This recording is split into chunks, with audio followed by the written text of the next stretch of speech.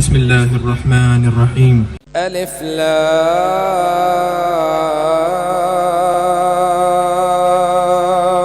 را، تلك آيات الكتاب المبين. إنا أنزلناه قرآنا عربيا لعلكم تعقلون. نحن نقص عليك أحسن القصص بما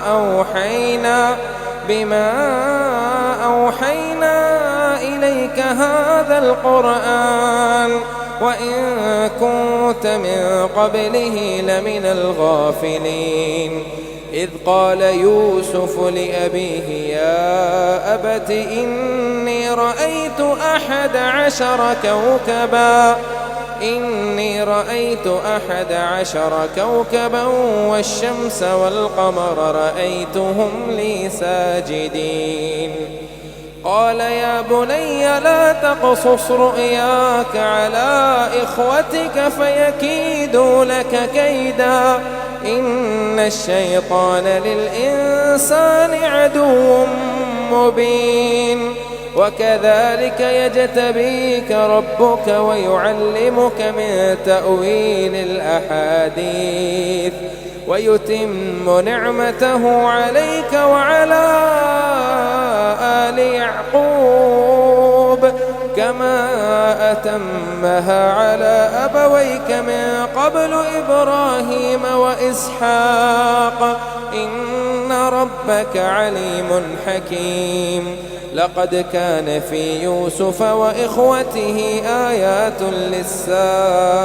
للسائلين إذ قالوا ليوسف وأخوه أحب إلى أبينا منا ونحن عصبة إن أبانا لفي ضلال مبين. اقتلوا يوسف أو اطرحوه أرضا يخل لكم وجه أبيكم وتكونوا من بعده قوما صالحين. قال قائل منهم لا تقتلوا يوسف وألقوه في غيابة الجب يلتقطه بعض السيارة إن كنتم فاعلين. قالوا يا أبانا ما لك لا تأمنا على يوسف وإنا له لناصحون. أرسله معنا غدا يرتع ويلعب وإنا له لحافظون. قال إني ليحزنني أن تذهبوا به وأخاف أن يأكله الذئب وأنتم عنه غافلون. قالوا لئن أكله الذئب ونحن عصبة إنا إذا لخاسرون. فلما ذهبوا به وأجمعوا أن يجعلوه في غيابة الجب وأوحينا إليه لتنبئنهم بأمرهم هذا وهم لا يشعرون. وجاءوا أباهم عشاء يبكون. قالوا يا أبانا إنا ذهبنا نستبق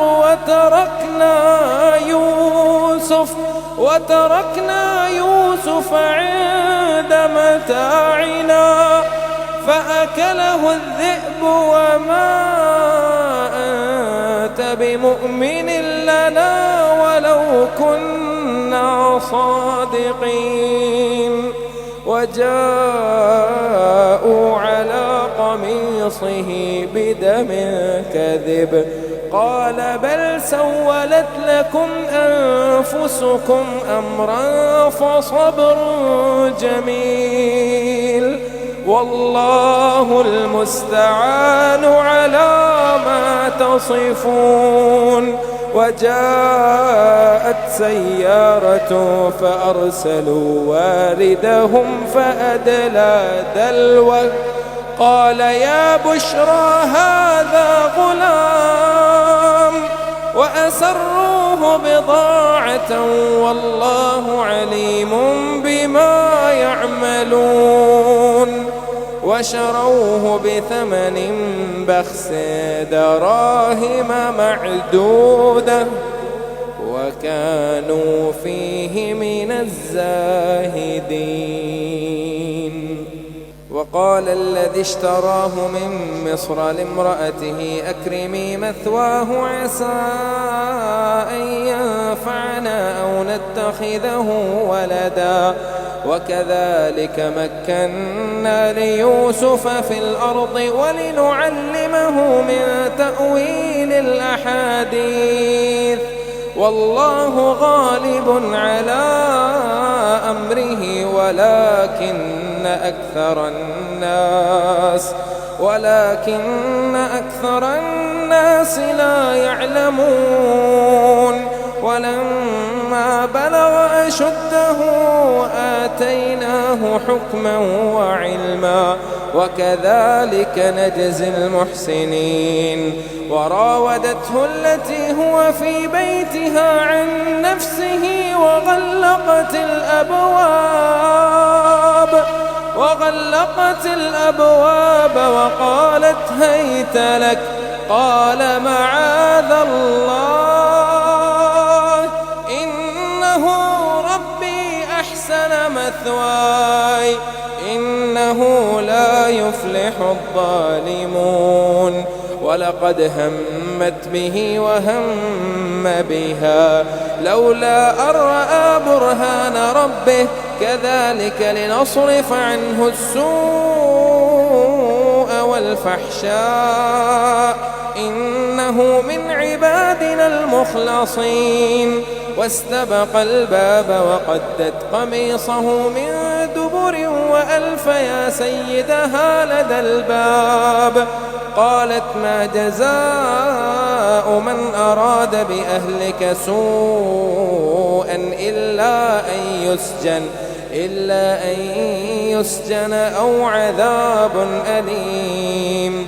قال هي راودتني عن نفسي وشهد شاهد من أهلها إن كان قميصه قد من قبل فصدقت وهو من الكاذبين وإن كان قميصه قد من دبر فكذبت وهو من الصادقين.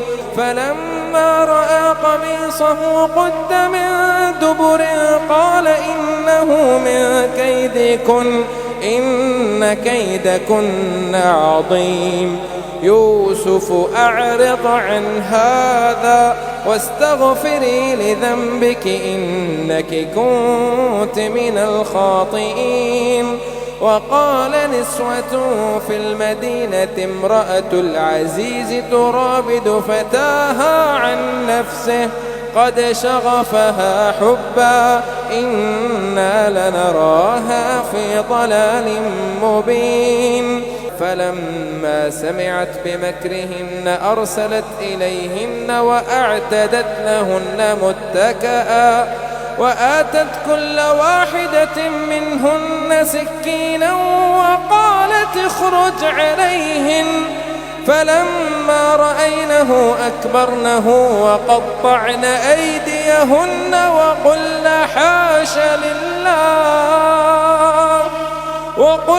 حاش لله ما هذا بشرا إن هذا إلا ملك كريم. قالت فذلكن الذي لمتنني فيه ولقد راودته عن نفسه فاستعصم ولئن لم يفعل ما آمره ليسجنن وليكون من الصاغرين. قال رب السجن أحب إلي مما يدعونني إليه وإلا تصرف عني كيدهن أصب إليهن وأكن من الجاهلين. فاستجاب له ربه فصرف عنه كيدهن إنه هو السميع العليم. ثم بدا لهم من بعد ما رأوا الآيات ليسجننه حتى حين. ودخل معه السجن فتيان قال أحدهما إني أراني أعصر خمرا وقال الآخر إني أراني أحمل فوق رأسي خبزا تأكل الطير منه نبئنا بتأويله إنا نراك من المحسنين. قال لا يأتيكما طعام ترزقانه إلا نبأتكما بتأويله قال لا يأتيكما طعام ترزقانه إلا نبأتكما بتأويله قبل أن يأتيكما ذلكما مما علمني ربي إني تركت ملة قوم لا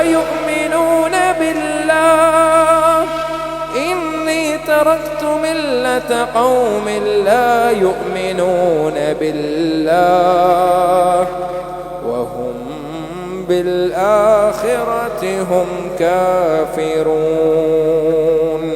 واتبعت ملة آبائي إبراهيم وإسحاق ويعقوب ما كان لنا أن نشرك بالله من شيء ذلك من فضل الله علينا وعلى الناس ولكن أكثر الناس لا يشكرون. يا صاحبي السجن أأرباب متفرقون خير أم الله الواحد القهار. ما تعبدون من دونه إلا أسماء سميتموها أنتم وآباؤكم ما أنزل الله بها من سلطان إن الحكم إلا لله أمر ألا تعبدوا إلا إياه ذلك الدين القيم ولكن أكثر الناس لا يعلمون.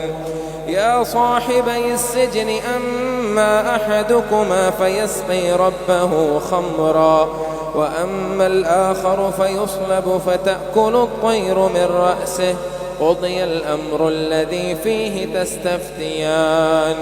وقال للذي ظن أنه ناج منه اذكرني عند ربك فأنساه الشيطان ذكر ربه فلبث في السجن 9 سنين. وقال الملك إني أرى 7 بقرات سمان يأكلهن 7 عجاف و7 سنبلات خضر وأخر يابسات يا أيها الملأ أفتوني في رؤياي إن كنتم للرؤيا تعبرون. قالوا أضغاث أحلام وما نحن بتأويل الأحلام بعالمين. وقال الذي نجا منهما وادكر بعد أمة أنا أنبئكم بتأويله فأرسلون. يوسف أيها الصديق أفتنا في 7 بقرات سمان يأكلهن 7 عجاف و7 سنبلات خضر وأخر يابسات لعلي أرجع إلى الناس لعلهم يعلمون. قال تزرعون 7 سنين دأبا فما حصدتم فذروه في سنبله إلا قليلا مما تأكلون. ثم يأتي من بعد ذلك 7 شداد يأكل ما قدمتم لهن إلا قليلا مما تحسنون. ثم يأتي من بعد ذلك عام فيه يغاث الناس ثم يأتي من بعد ذلك عام فيه يغاث الناس وفيه يعصرون. وقال الملك ائتوني به فلما جاءه الرسول قال ارجع إلى ربك فاسأله ما بال النسوة اللاتي قطعن أيديهن إن ربي بكيدهن عليم. قال ما خطبكن إذ راوتن يوسف عن نفسه قلنا حاش لله ما علمنا عليه من سوء. قالت امرأة العزيز الآن حصحص الحق أنا راودته عن نفسه وإنه لمن الصادقين. ذلك ليعلم أني لم أخنه بالغيب وأن الله لا يهدي كيد الخائنين. وما أبرئ نفسي إن النفس لأمارة بالسوء إلا ما رحم ربي إن ربي غفور رحيم. وقال الملك ائتوني به أستخلصه لنفسي فلما كلمه قال إنك اليوم لدينا مكين أمين. قال اجعلني على خزائن الأرض إني حفيظ عليم. وكذلك مكنا ليوسف في الأرض يتبوأ منها حيث يشاء نصيب برحمتنا من نشاء ولا نضيع أجر المحسنين. ولأجر الآخرة خير للذين آمنوا وكانوا يتقون.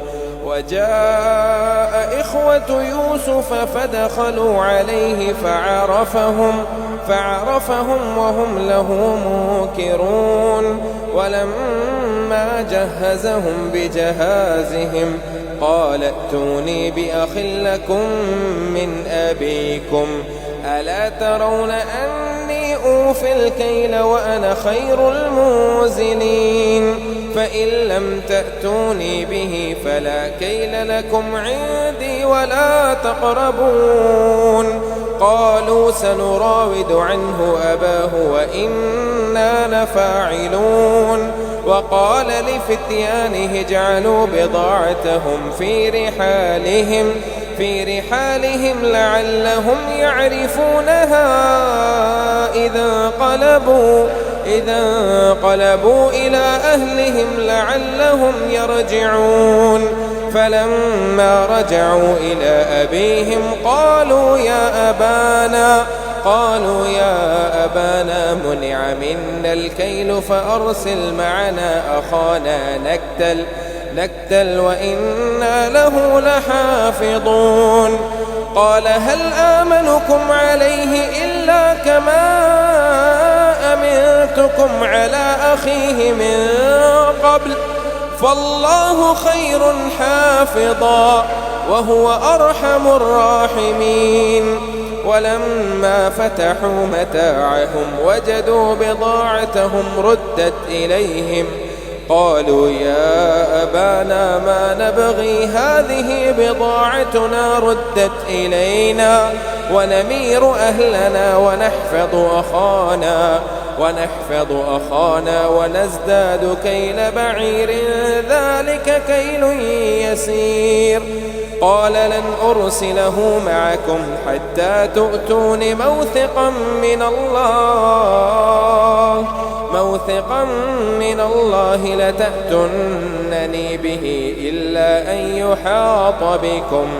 فلما آتوه موثقهم قال الله على ما نقول وكيل. وقال يا بني لا تدخلوا من باب واحد وادخلوا من أبواب متفرقة وما أغني عنكم من الله من شيء إن الحكم إلا لله عليه توكلت وعليه فليتوكل المتوكلون. ولما دخلوا من حيث أمرهم أبوهم ما كان يغني عنهم من الله من شيء إلا حاجة في نفس يعقوب قضاها وإنه لذو علم لما علمناه ولكن أكثر الناس لا يعلمون. ولما دخلوا على يوسف آوى إليه أخاه قال إني أنا أخوك فلا تبتئس بما كانوا يعملون. فلما جهزهم بجهازهم جعل السقاية في رحل أخيه ثم أذن مؤذن أيتها العير إنكم لسارقون. قالوا وأقبلوا عليهم ماذا تفقدون؟ قالوا نفقد صواع الملك ولمن جاء به حمل بعير وأنا به زعيم. قالوا تالله لقد علمتم ما جئنا لنفسد في الأرض وما كنا سارقين. قالوا فما جزاؤه إن كنتم كاذبين؟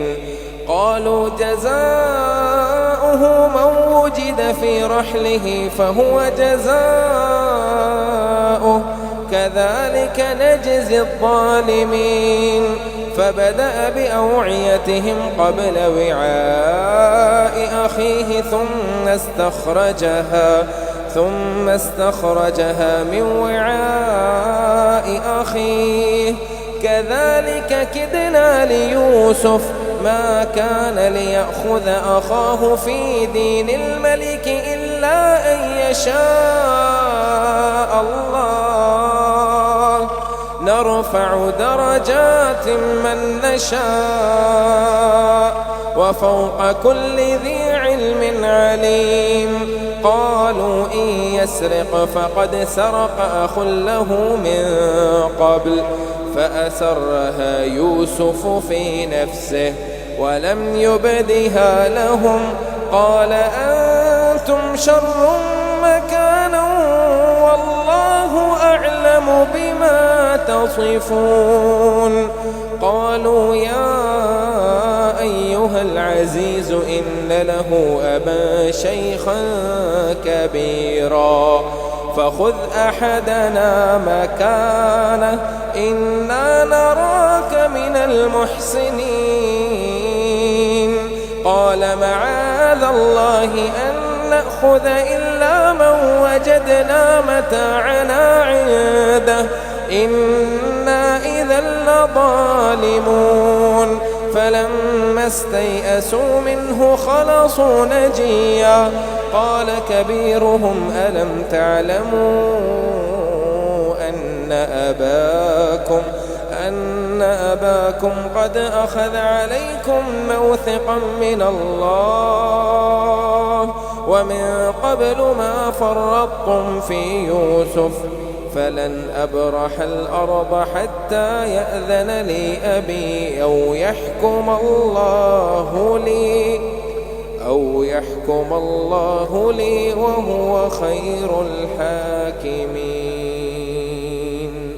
ارجعوا إلى أبيكم فقولوا يا أبانا إن ابنك سرق وما شهدنا إلا بما علمنا وما كنا للغيب حافظين واسأل القرية التي كنا فيها والعير التي أقبلنا فيها وإنا لصادقون قال بل سولت لكم أنفسكم أمرا فصبر جميل عسى الله أن يأتيني بهم جميعا إنه هو العليم الحكيم وتولى عنهم وقال يا أسفا على يوسف وابيضت عيناه من الحزن فهو كظيم قالوا تالله تفتأ تذكر يوسف حتى تكون حرضا أو تكون من الهالكين قال إنما أشكو بثي وحزني إلى الله وأعلم من الله ما لا تعلمون يا بني يذهبوا فتحسسوا من يوسف وأخيه ولا تيأسوا من روح الله إنه لا ييأس من روح الله إلا القوم الكافرون فلما دخلوا عليه قالوا يا أيها العزيز مسنا وأهلنا الضر وجئنا ببضاعة مزجاة فأوف لنا الكيل وتصدق علينا إن الله يجزي المتصدقين قال هل علمتم ما فعلتم بيوسف وأخيه إذ أنتم جاهلون قالوا أئنك لأنت يوسف قال أنا يوسف وهذا أخي قد من الله علينا إنه من يتق ويصبر فإن الله لا يضيع أجر المحسنين قالوا تالله لقد آثرك الله علينا وإن كنا لخاطئين قال لا تثريب عليكم اليوم يغفر الله لكم وهو أرحم الراحمين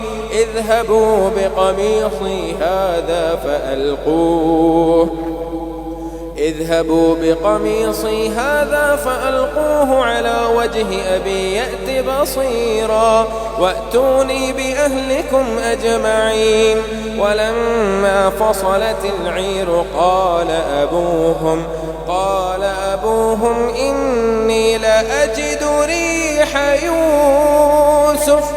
إني لأجد ريح يوسف لولا أن تفندون قالوا تالله إنك لفي ضلالك القديم فلما أن جاء البشير ألقاه على وجهه فارتد بصيرا قال ألم أقل لكم إني أعلم من الله ما لا تعلمون قالوا يا أبانا استغفر لنا ذنوبنا إنا كنا خاطئين قال سوف أستغفر لكم ربي إنه هو الغفور الرحيم فلما دخلوا على يوسف آوى إليه أبويه وقال ادخلوا مصر إن شاء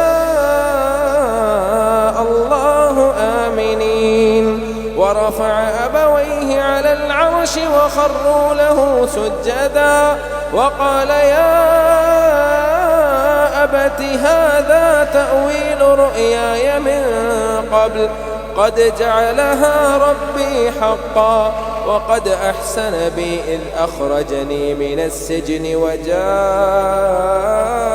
بكم من البدو من بعد أن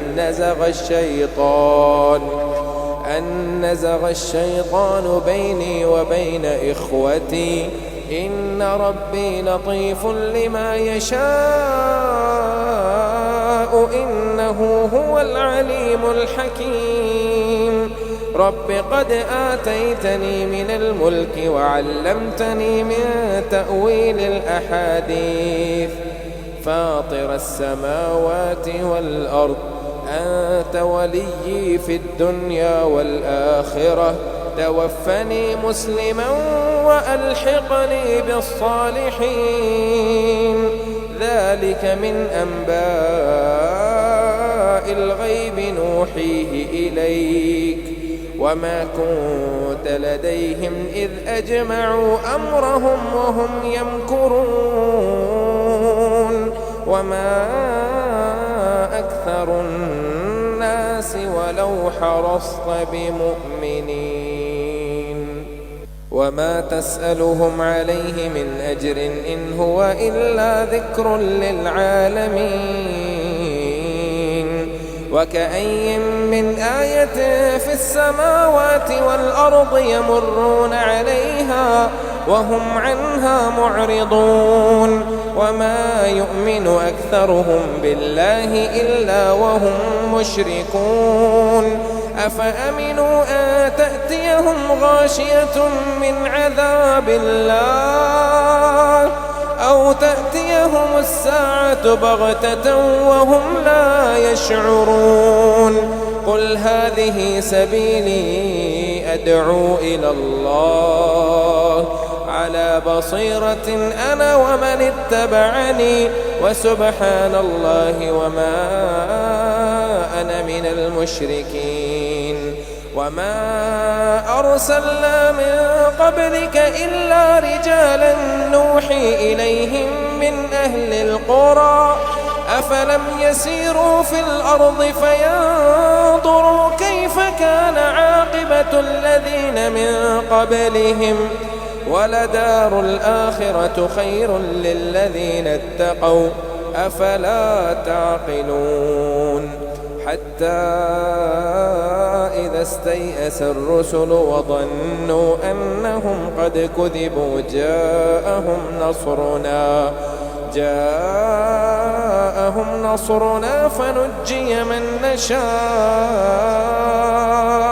ولا يرد بأسنا عن القوم المجرمين لقد كان في قصصهم عبرة لأولي الألباب ما كان حديثا يفترى ولكن تصديق الذي بين يديه وتفصيل كل شيء وهدى ورحمة